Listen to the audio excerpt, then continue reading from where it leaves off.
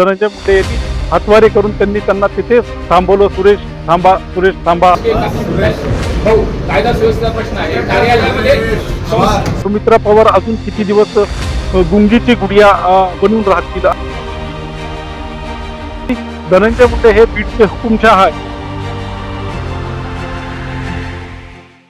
महाराष्ट्राच्या उपमुख्यमंत्री आणि बीड जिल्ह्याच्या पालकमंत्री सुमित्रा पवार या मागच्या महिन्यामध्ये 30 तारखेला आणि 31 तारखेला बीड जिल्हा दौऱ्यावर होत्या आणि या ठिकाणी जिल्हाधिकाऱ्यालयामध्ये 31 आणि 30 तारखेला या बैठका सुरू होत्या, ज्या जिल्ह्याच्या विकास कामाच्या आणि अनेक प्रश्न जे जिल्ह्याचे होते त्यावरती ही बैठका होत्या. आणि त्या 31 तारखेला या बैठका दुपारी 2 वाजेपर्यंत संपल्या आणि जी पत्रकार परिषद ठेवण्यात आली होती ती 12 वाजता ठेवण्यात आली होती, पण ती पत्रकार परिषद बैठक लांबल्यामुळे उशिराने झाली. 2 वाजता ही पत्रकार परिषद सुरू झाली आणि त्या ठिकाणी जे जिल्ह्यातील आमदार होते हे सर्व उपस्थित होते. त्या ठिकाणी प्रकाश सोळंके असतील, धनंजय मुंडे असतील आणि जे गेवराईचे आमदार आहेत विजयचे पंडित हे देखील उपस्थित होते आणि जिल्ह्यातील जे प्रमुख पदाधिकारी आणि जे संभाजीनगरहून काही विधान परिषदेचे आमदार देखील त्या ठिकाणी आलेले होते. आणि या बैठकीला सुरुवात झाली आणि सुमित्रा पवारांनी ज्या 2 दिवसाच्या बैठका घेतल्या त्यावरती त्यांनी निवेदन करून पत्रकारांना ती माहिती दिली. आणि त्यानंतर ज्यावेळेस प्रश्न विचारला गेला बीडच्या कायदा सुव्यवस्थेवरती, ज्या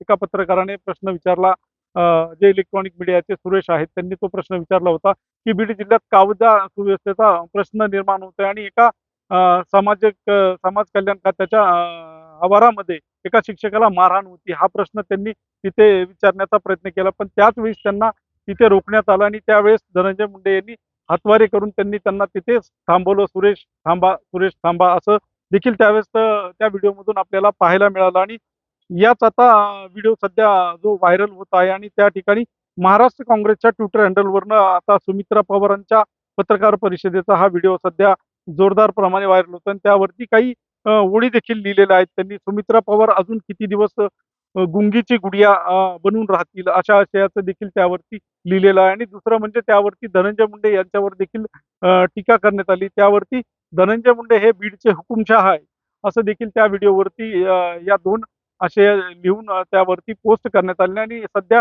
यावरती आता महाराष्ट्रभरामध्ये वादंग निर्माण झाला आहे की बीड जिल्ह्यामध्ये खरंच आता जी प्रश्न असतील किंवा जे कायद्याचे प्रश्न असतील अनेक प्रश्नावरती आता कुठेतरी मोठ्या लोकांकडनं गळचेपी होती का, असा देखील आता या व्हिडिओच्या माध्यमातून सर्वत्र आता याची चर्चा होऊ लागलेली आहे. पण पुढील काळामध्ये या सर्ववरती कशा पद्धतीने सुमित्रा पवार असतील किंवा त्यांचा जो पक्ष असेल यावरती कशाप्रमाणे आता उत्तर देतील हे देखील तितकंच पाहणं महत्त्वाचं ठरेल. LS मराठीसाठी दीपक जाधव, बीड.